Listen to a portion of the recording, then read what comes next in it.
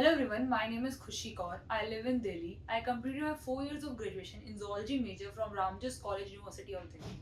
I have 2 years of experience in teaching 11-12 NEET students as a home tutor and nearby local coaching institute. Today our topic is gametogenesis and fertilization. Let's start with the topic.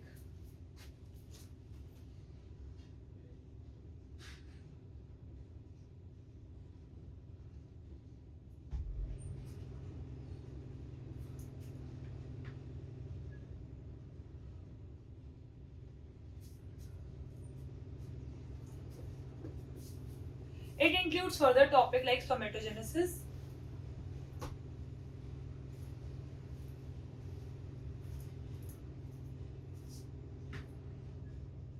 structure of sperm, oogenesis,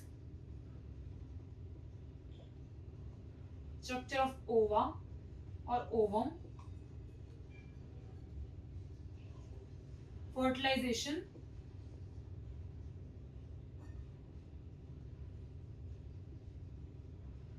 and implantation.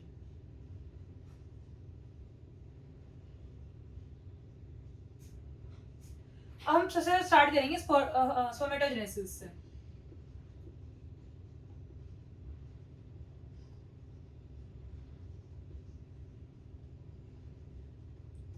अगर हम word spermatogenesis को break करते हैं तो दो में होता है, स्पर्म और जेनेसिस. स्पर्म क्या है? मेल गैमीट, और जेनेसिस का मतलब होता है फॉर्मेशन और प्रोडक्शन. मतलब मेल गैमीट की प्रोडक्शन को ही पूरा प्रोसेस बता रहा है. ये मेल्स के अंदर स्टार्ट होता है एट प्यूबर्टी और होता कहाँ है? इन टेस्टीज, और टेस्टीज के अंदर सेमिनिफेरस ट्यूब्यूल के अंदर.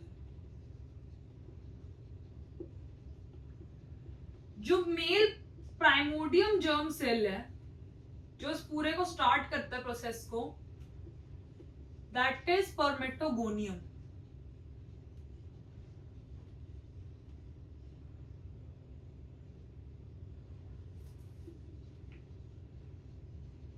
Spermatogonium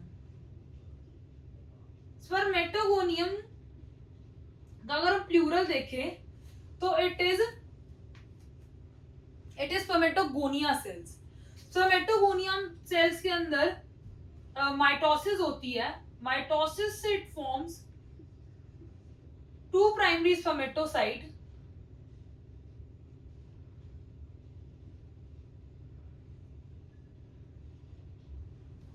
that primary spermatocyte undergo meiosis 1. meiosis 1 से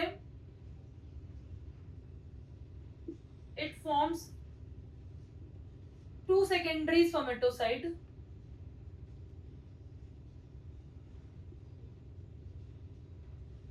Secondary spermatocyte undergo meiosis 2.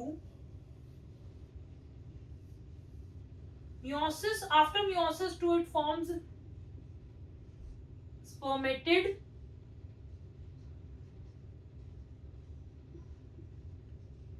In spermatid there are further modifications which will form spermatozoa or sperm.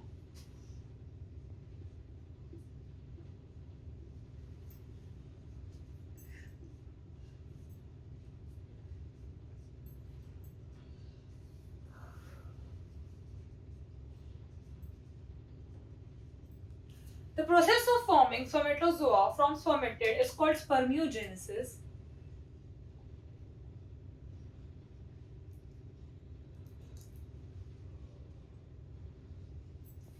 जो स्पर्म है वो ल्यूमन के अंदर रिलीज होता है सेमिनिफेरस ट्यूब्यूल के, उस प्रोसेस को है ना स्पर्मिएशन.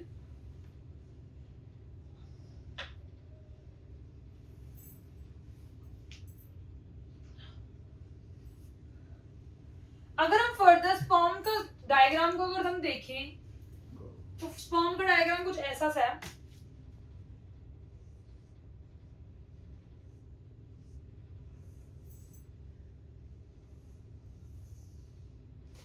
ये उसका हेड रीजन है. This is neck, this is middle piece, this is tail. Tail further दो पार्ट्स में डिवाइड होती है, प्रिंसिपल एंड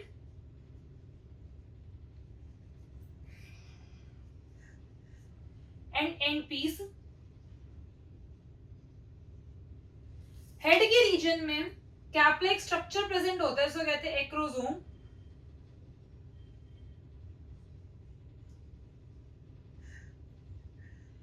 ये हमारा न्यूक्लियस है जो जेनेटिक मटेरियल कंटेन करता है, which contain 23 chromosomes. Neck has two centrioles, proximal and distal. Proximal centriole P से proximal, P से पहले, ये पहले प्रेजेंट होगा. Then middle piece contain the mitochondria. Mitochondria ATP production का काम करता है, एनर्जी प्रोवाइड करता है स्पर्म को मूवमेंट के लिए. टेल का काम होता है फ्लैजेलर मूवमेंट के लिए. अगर हम इसको, अब इसकी लेबलिंग को हम याद कैसे करेंगे? There is a mnemonic. Mnemonic क्या है? आज नितिन ने मैगी बनाई एकदम. ए से एक्रोसोम, एन से न्यूक्लियस, ये एन से neck, then middle piece,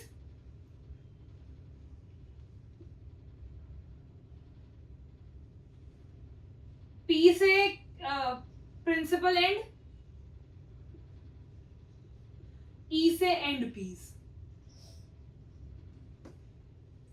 this is mnemonic कि हम इसको याद कैसे कर सकते हैं इस लेबलिंग को. अगर हम स्ट्रक्चर देखें कि कैसे स्पर्म का स्ट्रक्चर एनसीईआरटी बुक में प्रेजेंट है, then this is a structure. ये हमारा एक्रोसोम है, आउटर मोस्ट इसका जो कैप लाइक स्ट्रक्चर है. This is head region which contain nucleus. This is neck which contain proximal और distal centriole. This is middle piece which contain the mitochondria, and this is the tail for flagellar movement. Now we start with oogenesis. So मेटोजेनेसिस और oogenesis में एक फर्क होता है कि oogenesis जो है वो मेल की तरह प्यूबर्टी में स्टार्ट नहीं होती. That start at the full fetal stage. वो fetal stage में स्टार्ट हो जाती है. oogenesis के अंदर जो प्राइमोर्डियम जर्म सेल है वो अपना क्या कहते हैं, oogoनियम सेल होता है. oogoनियम के अंदर, ये फीटल स्टेज की बात हो रही है, oogoनियम के अंदर फर्दर माइटोसिस होती है. फर्दर माइटोसिस से it forms primary oocyte. Primary oocyte arrested stage में अरेस्ट हो जाते हैं at the prophase 1 of meiosis 1.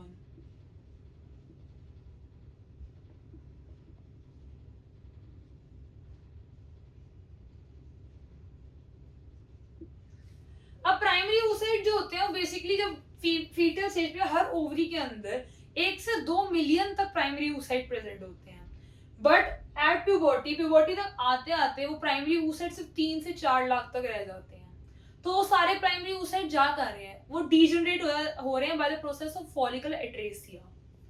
Prophase 1 of meiosis 1 तब स्टार्ट होती है प्यूबर्टी के टाइम पे, जब फीमेल मेनार्क में आती है, मतलब उसकी मेंस्ट्रुअल साइकिल स्टार्ट होती है.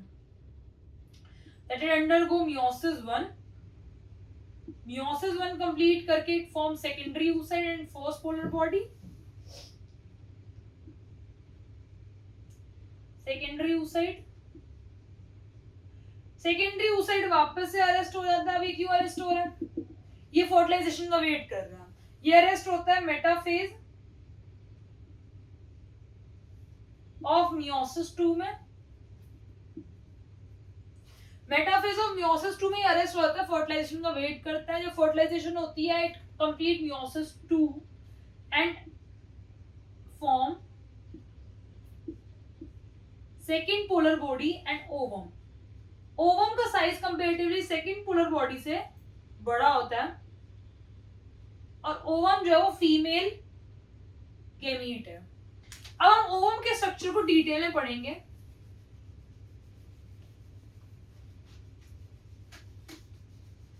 ओवम के स्ट्रक्चर को अगर हम डिटेल में पढ़ें, this is the outer most covering of ovum, that is corona radiata.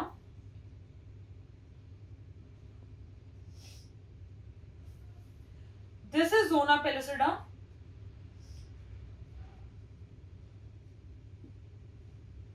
अंदर वाली लेयर को कहेंगे प्लाज्मा मेम्ब्रेन,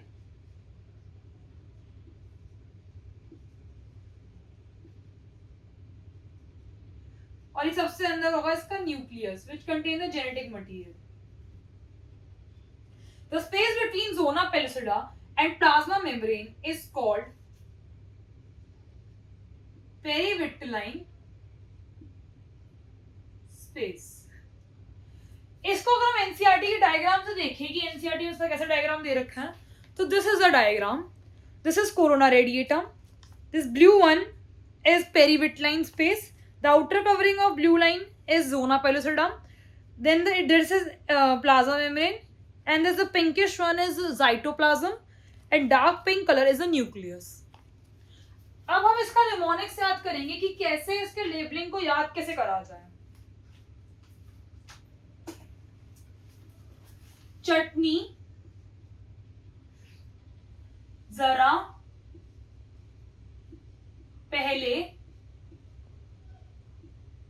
पकौड़ा, नहीं. C for chutney, C for corona radiata. हम बाहर से अंदर की तरफ जाएंगे तो सबसे पहले कोरोना रेडिएटा की layer, then zona pellucida, then perivitelline space,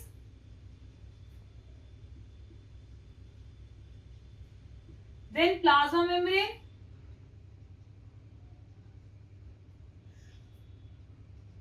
and then nucleus. अब स्पर्म और ओवम दोनों बन चुके हैं. नाउ हम सबको पढ़ेंगे कि फर्टिलाइजेशन कैसे होगी.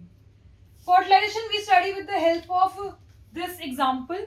ये हमारा सेकेंडरी oocyte है जो वेट कर रहा है अपना फर्टिलाइजेशन के लिए, और हमारा स्पर्म है जिसके आगे एक्रोसोम है जिसका कैप लाइक स्ट्रक्चर है. एक्रोसोम के अंदर दो तरह के एंजाइम होते हैं, हेलोनेज एंजाइम, एक्रिनेज एंजाइम. हेलोनेज एंजाइम इसकी बाहर की जो आउटर लेयर है कोरोना रेडिएटा की उसको डिसॉल्व करता है. एक्रोनेज एंजाइम इसके अंदर की जो ये जोना पेलुसिडा की लेयर है, दिस लेयर, ये इसको डिसॉल्व करता है, और ये अपना अंदर जाके साइटोप्लाज्म में सेकेंडरी oocyte meiosis 2 कंप्लीट करके ओवम बनाता है. देन ये अपने साइट जो स्पर्म है वो अपना प्रोन्यूक्लियस ओवम के अंदर साइटोप्लाज्म रिलीज करता है. Pronucleus of ovum and pronucleus of sperm दोनों फर्टिलाइज करके एक सिंगल सेल जाइगोट बनाते हैं, और उसके अंदर फर्दर माइटोटिक डिवीजन से वो फर्दर डिविजन्स करता है. अब फर्दर डिवीजन से क्या क्या होता है? फर्दर डिवीजन से जाइगोट से 2 सेल स्टेज बनेगी, then 4 cell, then 8 cell, then 16 cell. 8 से 16 सेल स्टेज को मोरुला स्टेज कहते हैं. एंड आफ्टर ब्लास्टोसिस स्टेज और ब्लास्टुला स्टेज ये इम्प्लांट हो जाता है. इसको एनसीईआरटी में कैसे दिखाया गया है अगर हम इसको देखें तो this is secondary oocyte. Secondary oocyte at fertilization ovum बना, उसको स्पर्म आया, single cell zygote, 2 cell stage, 4 cell stage, morula stage and blastocyst stage. At the stage of blastocyst ये इंडोमेट्रियम ऑफ यूट्रस के अंदर इम्प्लांट हो जाता है, जिससे इम्प्लांटेशन को प्रोसेस कहते हैं. अब हम अगर इसको देखें तो फीमेल रिप्रोडक्टिव अपना ऑर्गन होता कैसा है?